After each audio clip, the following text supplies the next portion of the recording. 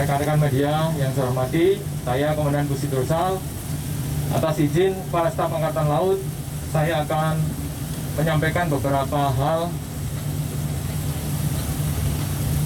terkait dengan keselamatan navigasi pelayaran, khususnya tentang peta laut Indonesia, di mana Pusit Dorsal memiliki fungsi sebagai lembaga hidrografi nasional, mengemban amanah menyelenggarakan survei dan pemetaan serta pendistribusian dan updating peta laut Indonesia berupa peta cetak kertas maupun peta elektronika untuk kepentingan keselamatan navigasi pelayaran bagi pengguna laut baik secara nasional maupun internasional.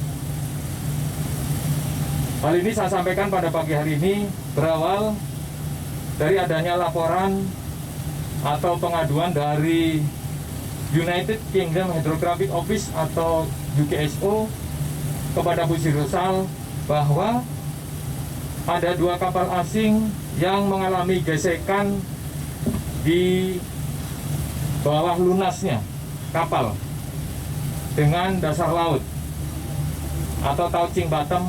Dalam hal ini yang pertama adalah kapal Hyundai Antwerp berbendera Marshall Island yang dimensinya adalah panjang 192,88 meter, lebarnya 27,87 meter, dengan draft kedalaman 10,65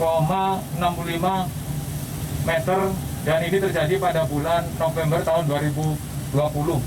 Kemudian kapal yang kedua adalah MV Poseidon, yaitu berbendera Norwegia, di mana dimensi kapalnya adalah dengan panjang 212,5 meter, lebarnya 32,29 meter, dengan draft kedalaman 12,9 meter. Hal ini terjadi pada bulan Februari tahun 2021.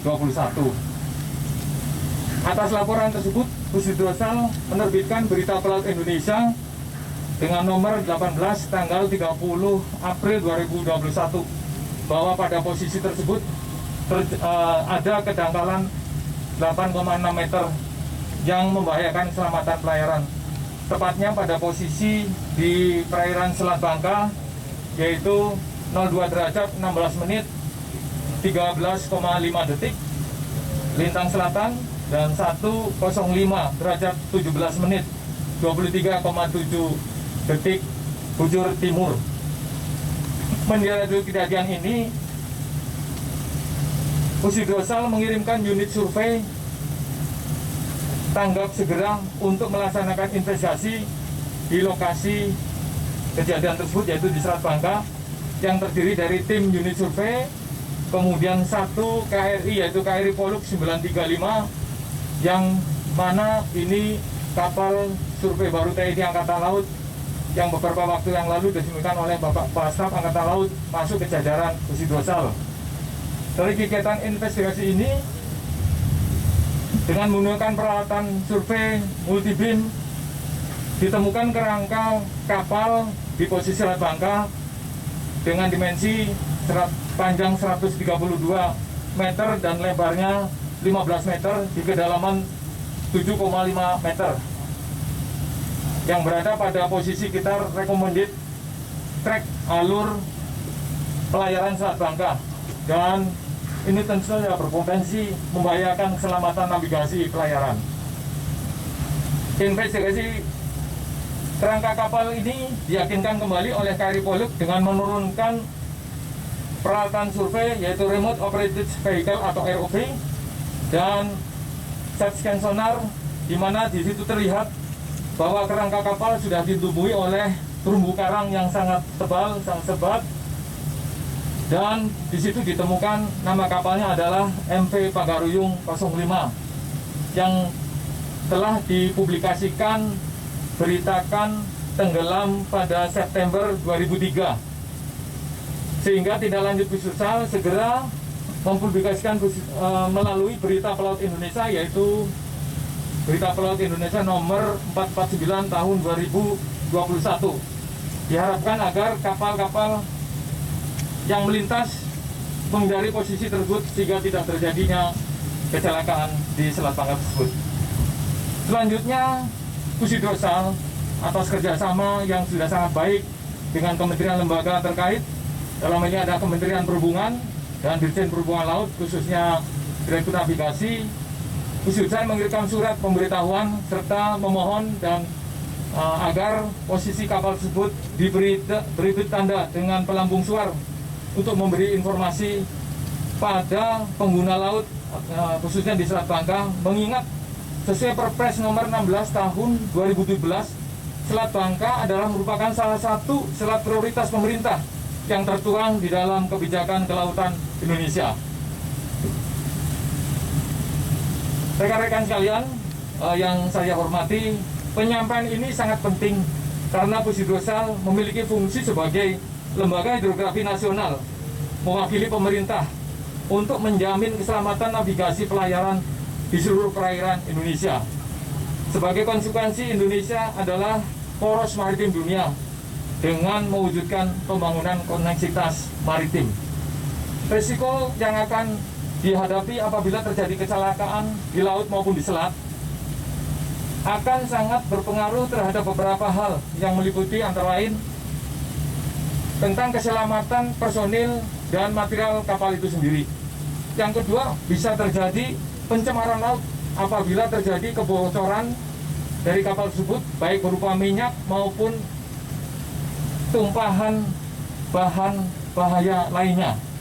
Kemudian bila terjadi kapal kandas di selat akan mengakibatkan terhambatnya alur transportasi, sehingga distribusi barang atau muatan akan terganggu ketepatan waktunya, dan tentu saja secara umum akan mempengaruhi kelancaran jalannya perekonomian. Kami sebagai Komandan Pusidrosal dan Pusidrosal TNI Angkatan Laut menghimbau kepada masyarakat maritim dan pengguna laut agar menginformasikan tentang hal-hal yang terkait dengan keselamatan navigasi pelayaran berupa perubahan atau pembangunan di wilayah pantai atau laut, seperti adanya reklamasi, pembangunan rig, dan lain sebagainya, kemudian pembangunan dermaga, pembangunan pelabuhan, termasuk penggelaran kabel dan pipa bawah laut. Sekaligus juga apabila terjadi kecelakaan, mohon dilaporkan kepada Pusidrosal. Dan menginformasikan saat ini Pusidrosal memiliki sistem informasi maritim, yaitu Indonesian Hydrography Data Center, yang bisa diakses untuk seluruh masyarakat maritim, baik di kalangan kementerian lembaga, akademisi, maupun stakeholder terkait yang membutuhkan. Diharapkan dengan penyampaian ini dapat menjawab dan menginformasikan situasi dan kondisi terkait dengan keselamatan navigasi pelayaran di perairan seluruh Indonesia, khususnya di perairan Selat Bangka. Saya dari belakang, yaitu bahwa kapal Hyundai Antrix dan kapal Posidana ini tidak, sampai dengan saat ini tidak ada komplain atau menyampaikan adanya kerusakan, karena hanya melalui Selat Bangka dan merasakan ada yang menggesek di bawah lunas kapalnya. Itu kita anggap segera kami merespon dari penyampaian ini, maka kami aksi sebagai konsekuensi kita sebagai penjamin keselamatan navigasi pelayaran di seluruh perairan Indonesia. Kemudian terkait dengan kapal yang karam ini, tentu saja kami melaporkan kepada kementerian lembaga terkait, yaitu Kementerian Perhubungan. Nanti Kementerian Perhubungan yang akan menindaklanjuti tentang keberadaan posisi kapal ini yang sudah ditumbuhi terumbu karang, karena 2003 sampai sekarang mungkin sekitar 18 tahun. Dan saya menyarankan untuk mohon segera diberi tanda agar tidak terjadi kapal lain kecelakaan di Selat Bangka tersebut. Keamanan dan tentang keselamatan pelayaran di selat, saya kira benar bahwa Selat Bangka termasuk salah satunya menjadi prioritasnya pemerintah. Maka dari itu, kami sebagai penjamin keselamatan pelayaran di seluruh perairan Indonesia, di sini ada peta yang bisa kita lihat. Sebenarnya dari 2003 itu sudah ada tandanya, Pak. Itu yang biru itu mungkin ada. Nah, ini sementara dulu 2003 diinfokan ini yang beri tanda kita, Pak. ada laporan bahwa posisinya di situ. Kemudian setelah sekian tahun, kemudian terjadi gesekan lunas kapalnya, dua kapal tersebut di posisi Selat Bangka tersebut. Ternyata setelah dicek adalah kerangka kapalnya ada di sini. Ini kerangka kapal yang kita temukan kemarin. Jadi ada perbedaan jarak kurang lebih 1,6 mil di situ ya. Kita sudah aksi Pak, memberi tanda dan sebagainya. Ini alur pelayaran yang direkomendasi untuk alur utama pelayaran, dan sekarang kapal itu berada, ini kapalnya Pak, ini kapalnya, ini berada di posisi mendekati kurang lebih hanya 300 yard dari alur yang direkomendasikan untuk pelayaran. Ini sangat berbahaya sekali, makanya kami menyampaikan secara publik agar masyarakat maritim yang menggunakan ini segera mengetahui.